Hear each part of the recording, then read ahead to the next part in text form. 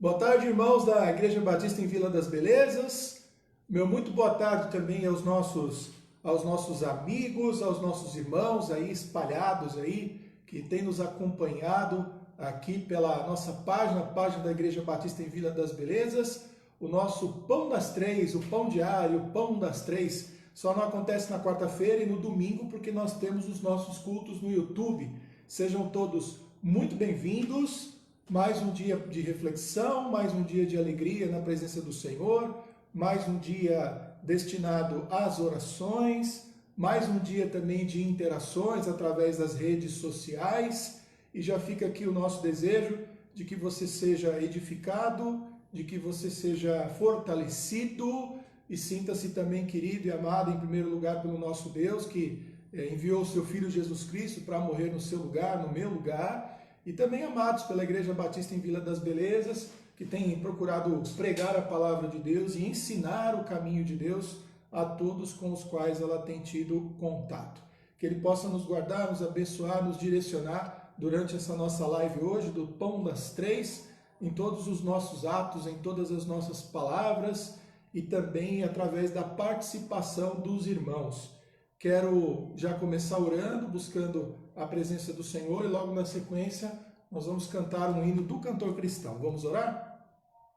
Pai, nós te agradecemos, ó Deus, em nome de Jesus, por mais um Pão das Três, pela alegria que o Senhor nos dá de compartilhar, ó Deus, de um momento tão importante da vida da igreja, da vida dos irmãos, da vida de famílias da nossa igreja, de outras famílias também, de outras igrejas que também participam conosco deste momento. Já estamos há muitas semanas realizando esse encontro e temos ouvido a Tua palavra, as orações têm sido feitas e o Senhor tem atendido, temos sido fortalecidos, temos sido direcionados, orientados e te agradecemos, ó Deus, muito pelo Pão das Três. Te agradecemos pela vida dos irmãos que nos acompanham ao vivo, dos irmãos que nos acompanharão mais tarde, não só pela página do Facebook, mas quando o vídeo também for para o YouTube, que de igual forma eles possam ser abençoados pelo Senhor. Mais uma vez, abriremos a Tua palavra para reflexão, para nossa edificação, para o nosso crescimento, para a nossa repreensão, para o nosso direcionamento. E rogamos, ó Pai, que o Senhor esteja conosco e por meio do Teu Espírito Santo nos dirija e também fale aos nossos corações. Receba também o nosso louvor que te damos, ó Deus, com todo o nosso coração. E também, ó Deus, ouve, ó Deus, as orações, os pedidos e a gratidão que apresentarmos ao Senhor durante o Pão das Três de hoje. Muito obrigado por tudo, nós oramos em nome de Jesus. Amém. Muito bem.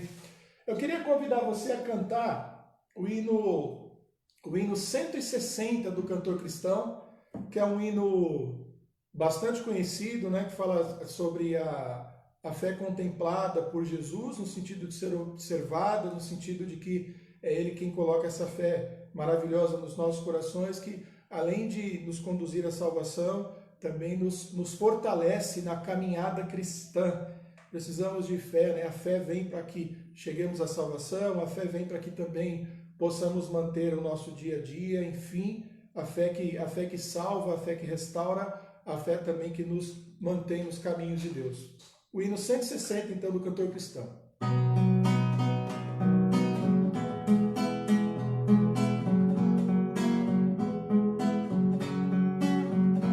Deus promete grandes coisas conceder a qualquer que peça crendo que há de obter a resposta sem na fé enfraquecer. Jesus Cristo a fé contemplará. Sua fé Jesus contemplará. Sim, o que Jesus promete dar. Ele vê o coração e responde à petição. Sua fé Jesus contemplará. Deus tem prometido a quem não duvida, dar-lhe tudo quanto a Ele suplica. Ele o prometeu e não irá negar. Jesus Cristo a fé contemplará.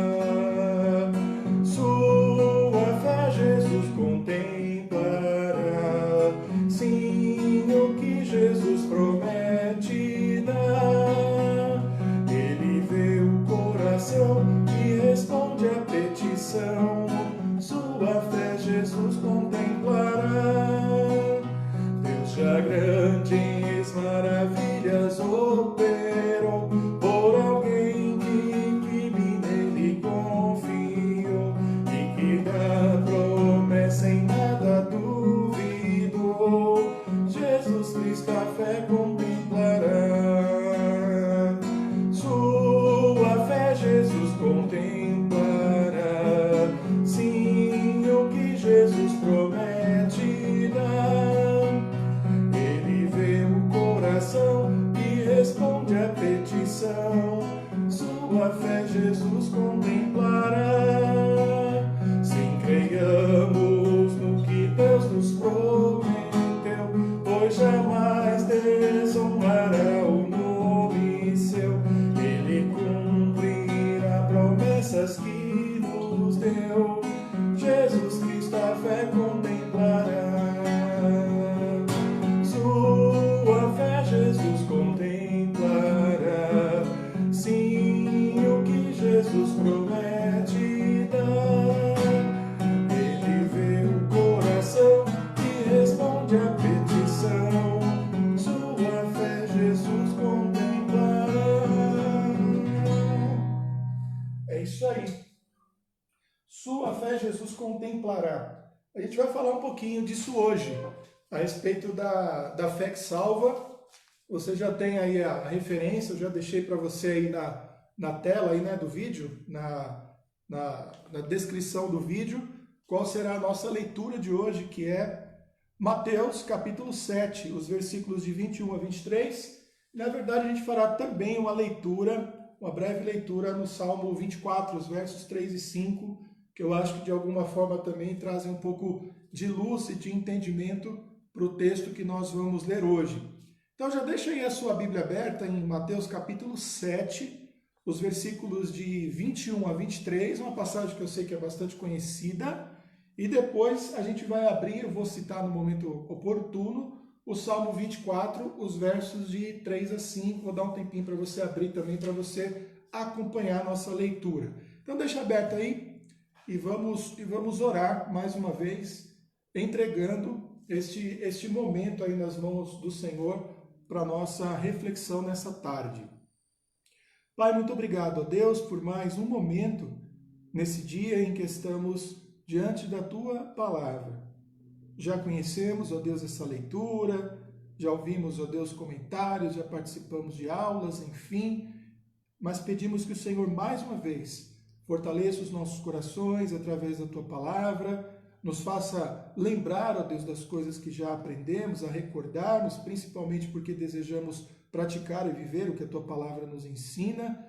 Use-a como alerta para nos repreender, para nos corrigir, ou seja, que a Tua Palavra, ó Deus, ela atinja o objetivo na vida, Pai, de cada um daqueles que agora se colocam diante do Senhor, diante da Sua Palavra, para ouvi-lo e para aprender, ó Deus, e para crescer. Muito obrigado. Nós oramos no nome de Jesus. Amém. Então vamos lá, Mateus capítulo 7, os versículos de 21 a 23. É um texto aí, como eu disse, já bastante conhecido, a gente reflete nele um pouquinho. Eu também estou, que nem o pastor Isaac comentou no último Pão das Três, né? Foi esticando ali em Efésios. Eu acho que alguns momentos eu estiquei um pouquinho nos Salmos e ultimamente aí eu tenho lido bastante o Sermão da Montanha, mais um trecho do Sermão da Montanha.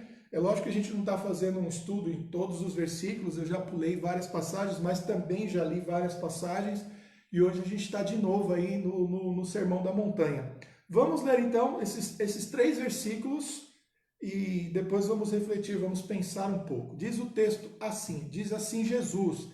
Se você tem aquela Bíblia que tem as palavras de Jesus em vermelho, você vai ver que todos esses versículos estão em vermelho porque são palavras de Jesus durante o Sermão do Monte. Nem todo o que me diz Senhor, Senhor, entrará no reino dos céus, mas aquele que faz a vontade de meu Pai que está nos céus. Muitos me dirão naquele dia, Senhor, Senhor, não profetizamos nós em teu nome, e em teu nome não expulsamos demônios, e em teu nome não fizemos muitas maravilhas, então lhes direi abertamente: nunca vos conheci, apartai-vos de mim, vós que praticais a iniquidade. É lógico que é um texto que, quando a gente lê, a primeira coisa que a gente pensa assim, não é um texto falando de nós. Não é um texto falando dos crentes, dos pastores. Obviamente a gente nunca quer. É um texto da Bíblia que a gente não quer que seja aplicado à nossa vida. Concordam comigo? A gente não quer que isso aconteça na nossa vida. A gente quer que aconteça exatamente o contrário, de sermos recebidos no reino de Jesus e ouvirmos dele. Entrem, podem entrar, benditos de meu Pai. Então, essa passagem da Bíblia aqui é uma das passagens da Bíblia que a gente não quer aplicar na nossa vida, porque são palavras de reprovação de Jesus e de uma reprovação bastante dramática, porque essa tem a ver com salvação. Ou seja, é Jesus fechando as portas do céu para aqueles que ele não conhece e que achavam que o conheciam. A gente vai analisar um pouquinho essa passagem. Eu até coloquei aí no subtítulo, né? Quem pode entrar, quem pode fazer parte, ou quem entrará no reino dos céus. É muito curioso porque há textos da Bíblia, e essa é uma coisa que é difícil de explicar, mas não é difícil de entender. A gente ensina que a salvação é por meio da fé e não pelas obras. Esse ensino é um ensino basilar, bíblico, e que nós, como cristãos, como batistas, assumimos. Não é um ensino batista, é um ensino bíblico. E os batistas, eles leem a Bíblia e tentam entender o que está na Bíblia e obedecem à Bíblia. Então, por isso, é um princípio que os batistas abraçam, que a salvação é pela fé. Entretanto, a gente sabe que as nossas obras, a maneira como a gente vive, elas revelam quem nós somos, revelam a nossa fé em Jesus Cristo, se ela é verdadeira ou se ela é falsa.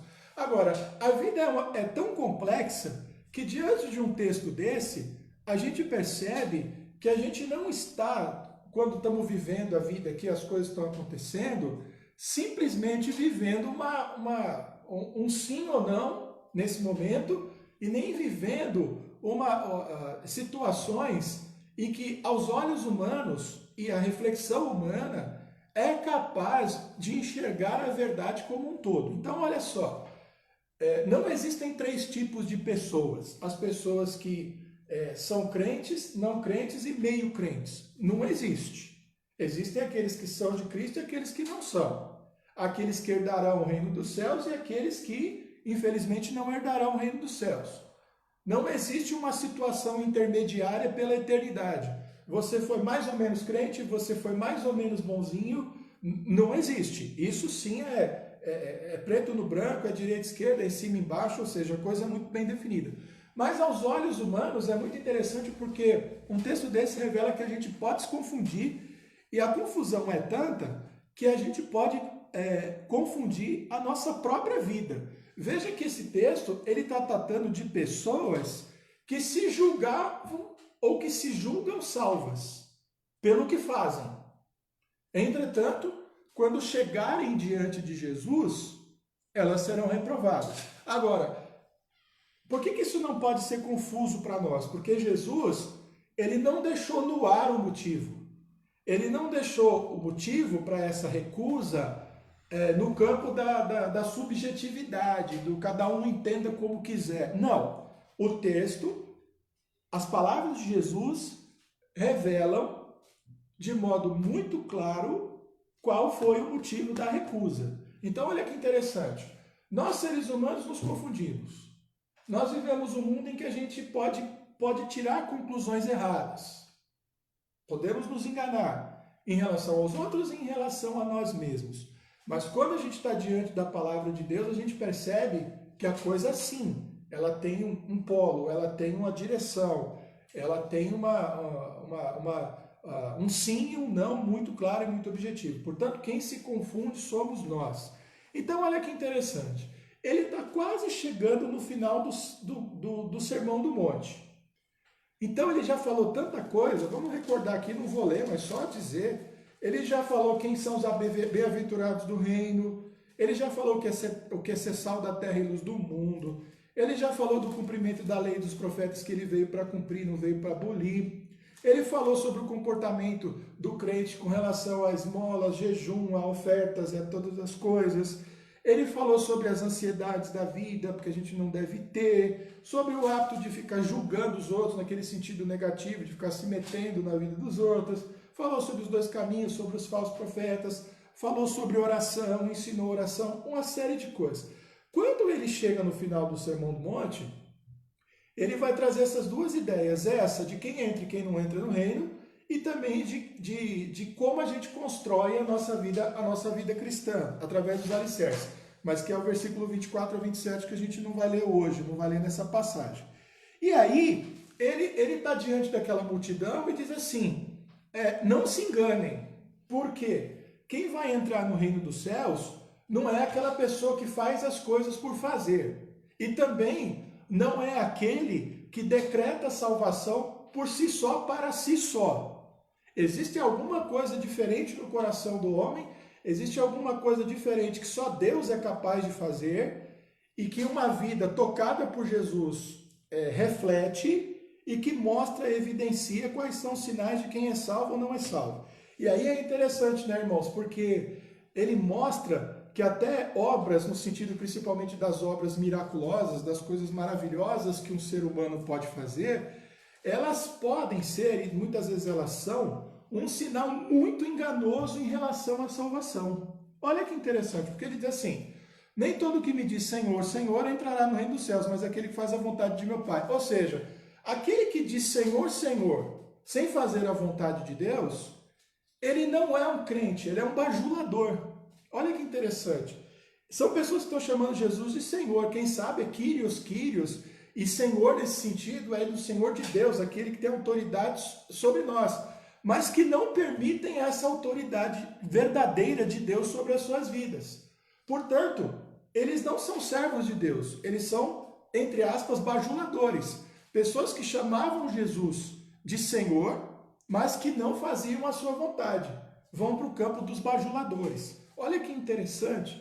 Jesus, então, ele começa dizendo isso assim, vai entrar no reino dos céus quem faz a minha vontade. Não é os bajuladores, não é o que fala, não é o que cobra. Tem uma palavra que às vezes eu gosto bastante, ela é um pouco feia, mas não são os verborrágicos, não é? Aqueles que falam, até causar ferida nos ouvidos dos outros, mas não tem frutos verdadeiros, não tem uma prática de vida verdadeira. O evangelho não está na vida desse camarada constantemente.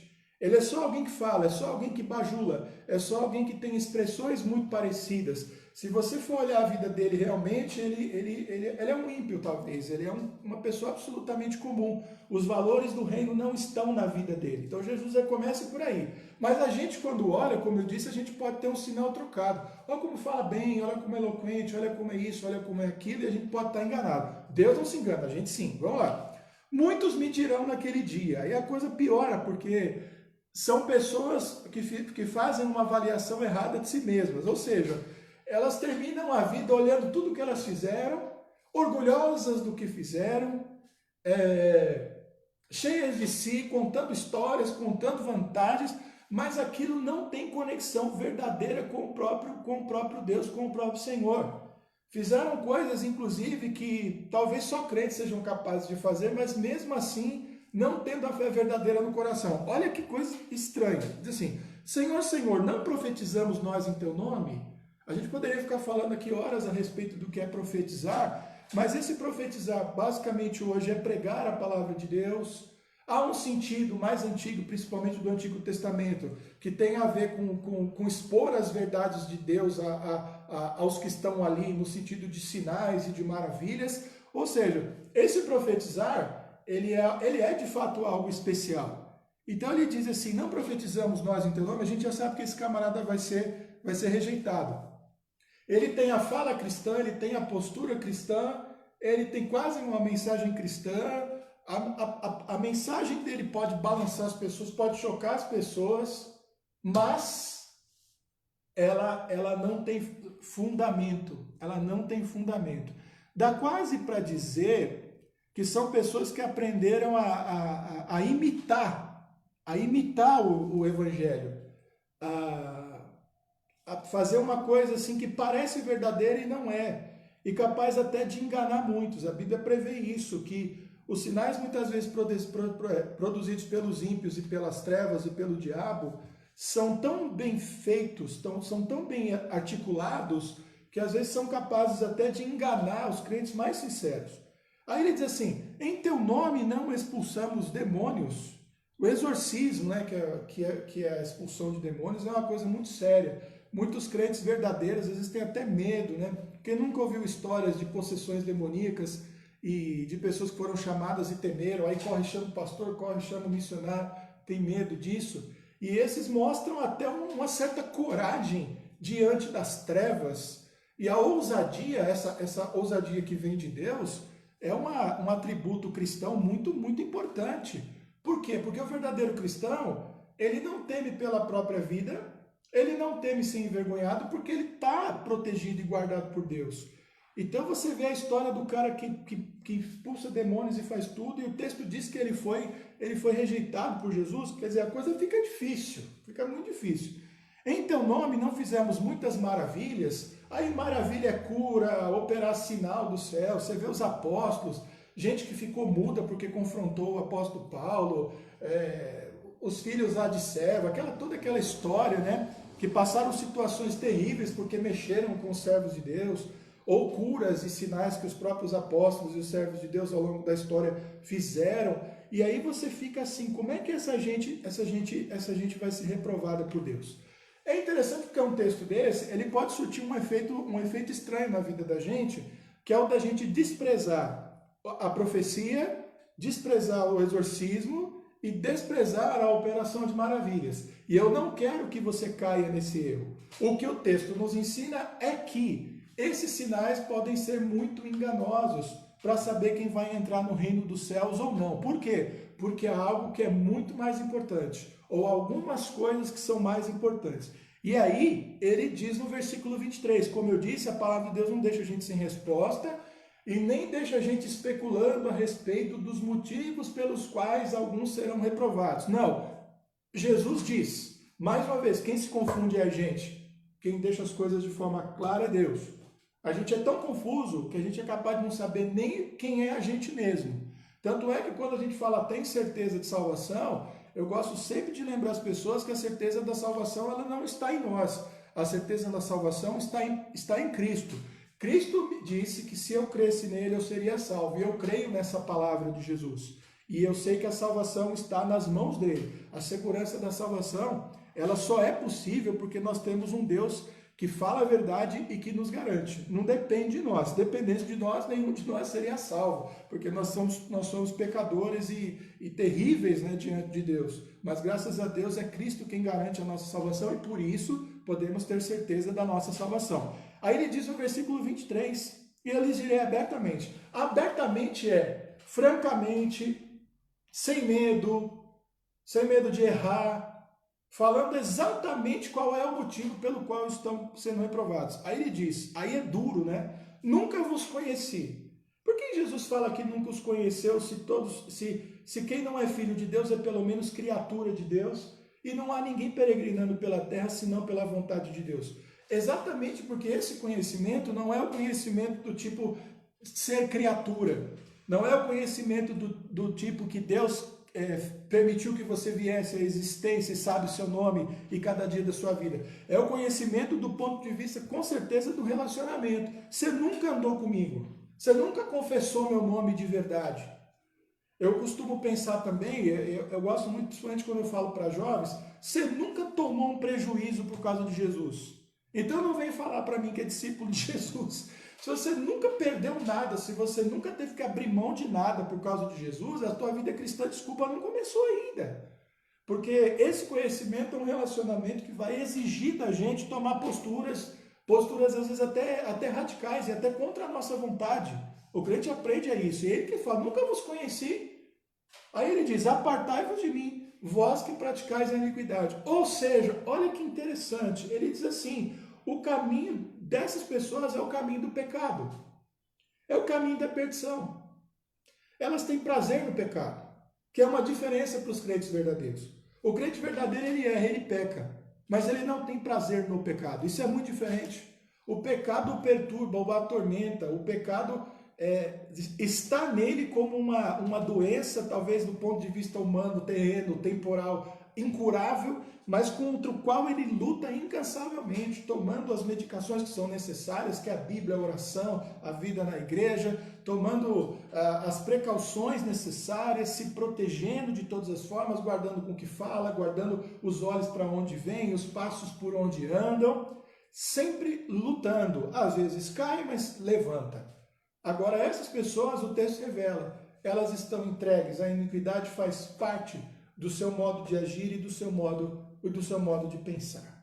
É um texto difícil, Eu falei para vocês que a gente ia ler, e eu vou cumprir a minha promessa aqui, o Salmo 24, e a gente vai ler os versículos de 3 a 5, que é uma referência bastante interessante do Antigo Testamento e que tem a ver com salvação, com estar diante de Deus. E é um texto que mostra para a gente também um pouco de quem são essas pessoas que viverão na presença de Deus, subirão o seu monte, que herdarão de fato a salvação, de que serão recebidos no céu, e Jesus dirá a eles: benditos do meu Pai, podem entrar na morada eterna de vocês. Então é o Salmo 24, os versos de 3 a 5. Olha que interessante. Quem subirá ao monte do Senhor? Lembra que o monte é aquela ideia do lugar onde Deus está, já vem do Monte Sinai, tem a ver também com o templo construído em Jerusalém que ficava no alto, e o templo é uma representação da presença de Deus na vida das pessoas e tudo mais.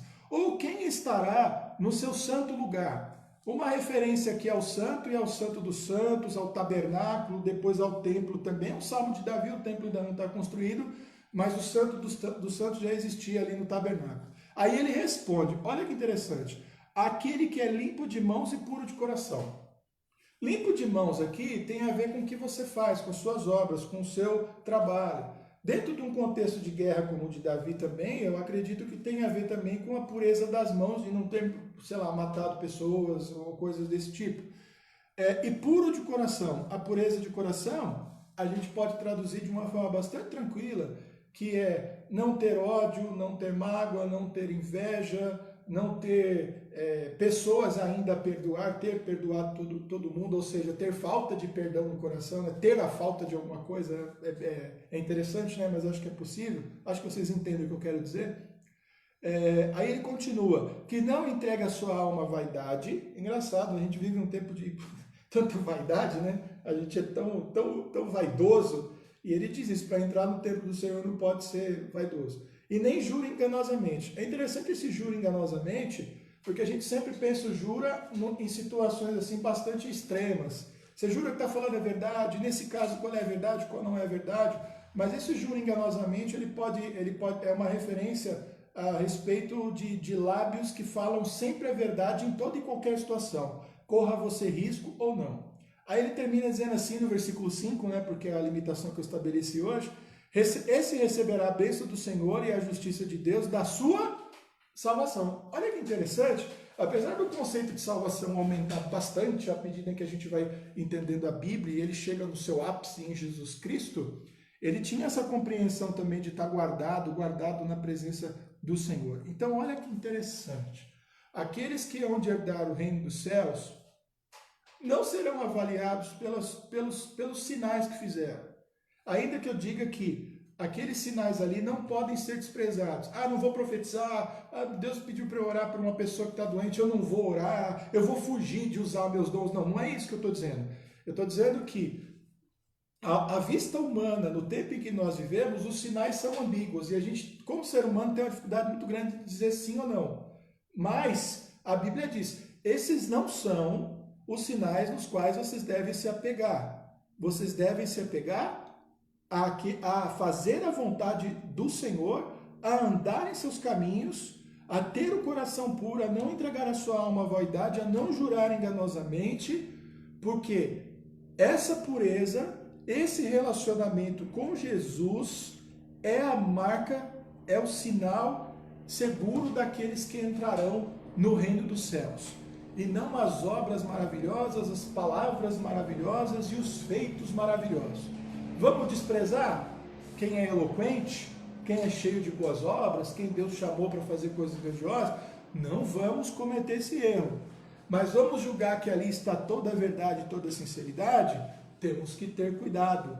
Jesus está bem preocupado, mostra preocupação no Sermão do Monte com a pureza da nossa alma, com a pureza do nosso coração, com a pureza do nosso relacionamento com Ele. E isso não pode ser confuso para nós. Isso tem que ser claro, tem que ser iluminado, no sentido de que a gente consegue ver e que a gente consegue enxergar. E é interessante, irmãos, pessoas realmente muito puras, elas são muito raras, não? E é até difícil, né, a gente avaliar, porque há pessoas que têm um comportamento bastante acanhado e tranquilo. Aquilo pode até ser que não seja sinal de uma pureza. A pureza realmente é algo que tem a ver com o nosso relacionamento com Deus, em que Jesus está vendo. É aquela coisa que Ele é capaz de enxergar, porque está no profundo da nossa alma, está no profundo do nosso coração.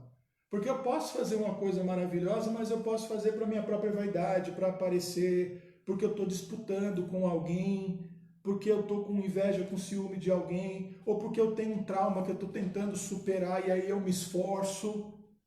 E aí ele está avaliando tudo isso. Ele sabe quem são os verdadeiros, quem são os sinceros. Ele sabe de verdade quem são os puros. Então eu quero deixar esses dois textos que não são fáceis, eles são fáceis de entender, eu acho fácil, eles fáceis de entender. São textos assim, está aqui, não fique especulando, é o que está aqui e acabou. Mas quando a gente vai aplicar na nossa vida, a gente tem que ter muito respeito, a gente tem que ter muita reverência, a gente tem que ter muito temor, e temor no sentido de medo mesmo de Deus, porque é diante dele que estamos e é ele quem avalia que coração que a gente carrega no peito, em outras palavras, quem nós somos. Que Deus possa abençoar então a sua palavra aos nossos corações hoje e mostrando para nós o quanto é difícil. Eu quando leio textos como esse aqui, eu fico temeroso. A minha oração é: Jesus, limpa meu coração, tira a maldade, tira a vaidade, identifica os podres do meu coração e limpa o meu coração, porque eu não quero ver a porta do céu fechando na minha cara, tá? Lógico que isso é uma metáfora, é um símbolo. Eu não quero ser reprovado. Eu quero estar diante do Senhor, quero ser recebido como um bendito, como alguém que é salvo de verdade e que não anda pelo caminho da iniquidade. É isso aí, é esse o ensino da palavra de Deus para a gente hoje. Amém? Deus abençoe então a palavra dele ao nosso coração e a gente vai para um momento aqui importante, que é o momento de oração. E a gente tem bastante coisa aqui, tá? Bastante motivos aqui. Tá chegando mais algumas coisinhas aqui. Vamos ver aqui. Irmã Suzy, Pastor Júlio, boa tarde, Nadir e Francisco. O menino de 84 anos, eu chamei ele assim, né? Meu adolescente de 84 anos, caiu, mas está tudo bem. Só está com as mãos e testa e braços ralados. Na vez que vem a notícia já dizendo que está tudo bem. Então quer dizer que o irmão Francisco Pedro então, teve uma queda e acabou se machucando, mas aqui, irmãos, já estão dizendo que está tudo bem, nada preocupante. Ele é muito forte, né? Ele é muito forte. Se cuida aí, viu, meu irmão? Se cuida aí. Irmã Suzy também, obrigado, tá bom? Irmã Nadir também, um abraço. Eles são fiéis aqui ao Pão das Três, estão sempre nos acompanhando. Um abraço, Deus possa abençoá-los. A nossa irmã Paula, querida irmã Paula, dizendo que a irmã e sobrinha já fizeram as cirurgias e estão bem em casa se recuperando. Inclusive estava anotado aqui para a gente lembrar disso aqui. Que bom que essa notícia atualizada chegou, dizendo que já passaram pelas cirurgias aí e que estão bem, graças a Deus. A irmã Maria das Neves, ela pediu oração pela viagem dela e já viajaram hoje e já chegaram no Piauí. Foi longe, fugindo do frio, né? Graças a Deus, já deu tudo certo. Na verdade, ela foi para visitar o pai, né? O pai que tá dodói, tá doente lá, e eles vão lá também para acompanhá-lo, para ajudar a cuidar dele também. A nossa irmã Fia, ela vai passar por uma cirurgia na segunda-feira, vamos orar, nos manter em oração. Agradecer pelo emprego da Fabiana também, que é a irmã da nossa irmã Maria do Carmo, estava desempregada e conseguiu um emprego. Continuar orando pela vida do Gabriel. A nossa irmã Alba pede oração pela Geusa Barros, que é a irmã, e uma amiga dela chamada Lucila, que estão doentes também, internadas, passando aí uma situação difícil. A irmã Ruth pede oração pelo seu Valdir, que é pai de amigos, né, que está com um tratamento aí difícil de câncer no SUS. A gente deve continuar orando pela nossa irmã Luzenaide, que é a presidente, né, da MCM, das Mulheres Cristãs, né, da Sudocap, e que é uma guerreira, né? Ela é muito batalhadora e ela já vem lutando aí com problemas de saúde já há muitos anos. Vamos continuar orando pela vida dela. Ela vai passar por uma cirurgia, aí, um procedimento bastante delicado. A gente tem alguns outros motivos de oração também. A Leila pedindo também por questões de saúde, a Thaís. Na verdade, o pedido dela foi feito no sábado, acabou escapando na live. Eu pedi para os pastores aí, eles já falaram, já citaram, eu vi que eles citaram o nome da Leila e da Thaís, então permaneçamos orando pela vida dos dois e também orando pela vida do Beto. O Beto é primo da Zenaide, ele já consta das nossas orações já há bastante tempo e ele foi internado essa semana, novamente, está numa situação bastante delicada e vamos orar. O Beto aceitou Jesus, mas pelas dificuldades ele nunca pôde ir à igreja, é muito complicada a questão do deslocamento dele, não dá para levá-lo para a igreja. Ele é um participante assíduo do Pão das Três, está sempre nos acompanhando no Pão das Três, mas nesse momento ele se encontra aí já desde o começo da semana, numa situação bastante difícil no hospital. Devemos orar pela vida do Beto. Tá? São muitos pedidos aqui, eu vou manter esses aqui e convidar os irmãos então a orar nesse momento. Vamos tentar lembrar aqui de alguns desses pedidos aqui, colocando tudo aí diante do Senhor. Vamos orar? Pai, nós te damos graças, ó Deus, por mais um Pão das Três e por esse momento que é o momento das nossas orações. São muitos os pedidos. Te agradecemos porque a nossa igreja tem muitos membros, muitas pessoas ligadas ao Pai, à nossa igreja.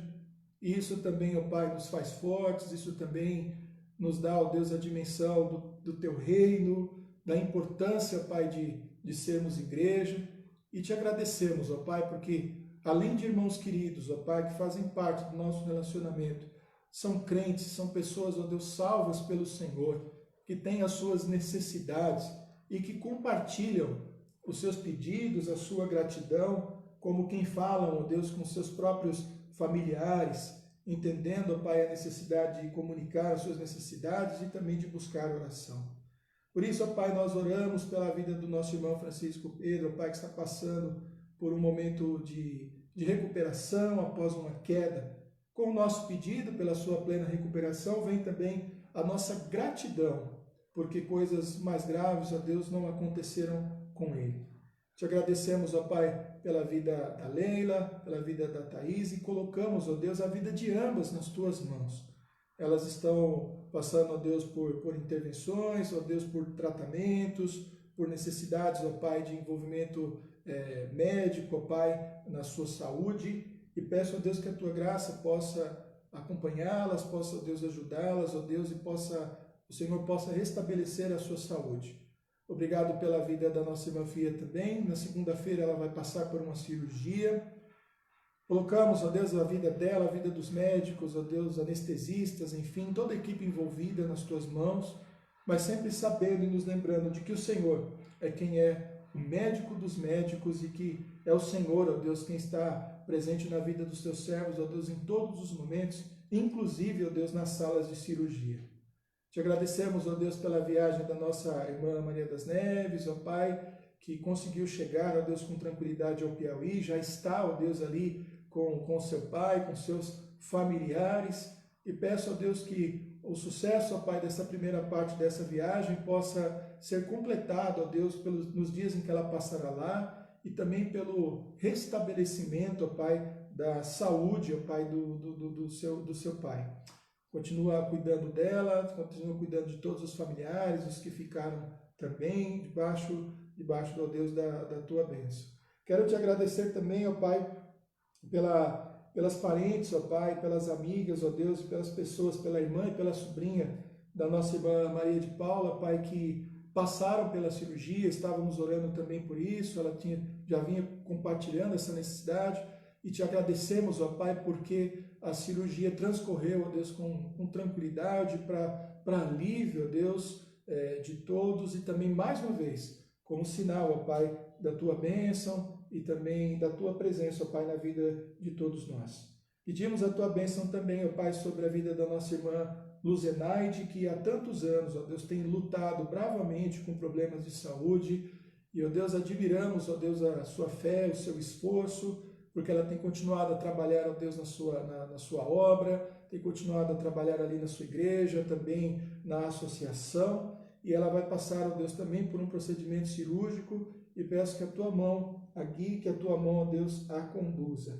Continue, ó Pai, também nos abençoando, ó Pai, guardando a vida dos profissionais de saúde que fazem parte, ó Deus, da nossa igreja, de profissionais de saúde, ó Pai, espalhados, ó Deus, por todo o Brasil e por todo o mundo, que estão lutando, ó Pai, cuidando dos enfermos, cuidando dos doentes. Abençoe a vida também, ó Pai, dos familiares, ó Pai, das pessoas que estão doentes neste momento, para que também busquem ao Senhor, confiem no Senhor, sejam fortes, possam apoiar os seus parentes enfermos.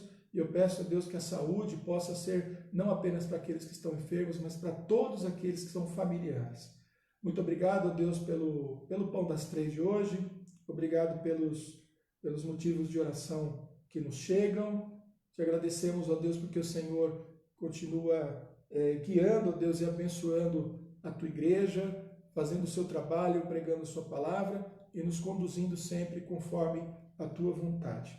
Fica conosco, ó Pai, muito obrigado e nos abençoe, no nome de Jesus. Amém. Irmãos, já estamos chegando aí ao final, então, do nosso Pão das Três, dessa quinta-feira. Quero lembrar os irmãos que nós temos, então, o Pão das Três, ele continua normalmente, hoje é quinta-feira, amanhã nós teremos o Pão das Três novamente com o pastor Márcio Sarrafi, no sábado nós temos também, e ontem nós tivemos, então, um momento aí diferente, novo, pelo qual também ficamos muito gratos a Deus, que foi o nosso culto ao vivo no YouTube. Então, a partir de ontem, os nossos cultos pelo YouTube, que serão o culto de quarta-feira e o culto de domingo, eles acontecerão ao vivo, no templo, com uma equipe ainda bastante reduzida. Conseguimos aí chegar numa qualidade razoável de áudio, de vídeo, e eu sei que é a bênção do Senhor também, o esforço de toda uma equipe, de todo um trabalho também. Agradecemos a Deus por isso. E começamos aí um momento novo de realizar os nossos cultos ao vivo. Para a gente que é pastor, eu acho que vai ser um momento gostoso, né? Porque a gente já vai ter uma equipe ali um pouquinho maior trabalhando com a gente, irmãos cantando, irmãos ali participando do culto. A gente vai ter aquele sentimento de que a gente está ali e os irmãos estão nos acompanhando.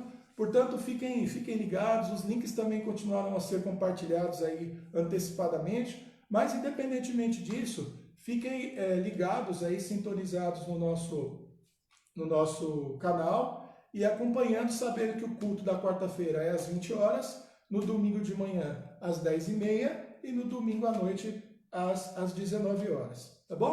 Deus possa abençoar a sua vida e fique ligado aí, continue compartilhando e orando pela vida de todos nós e que Deus te abençoe.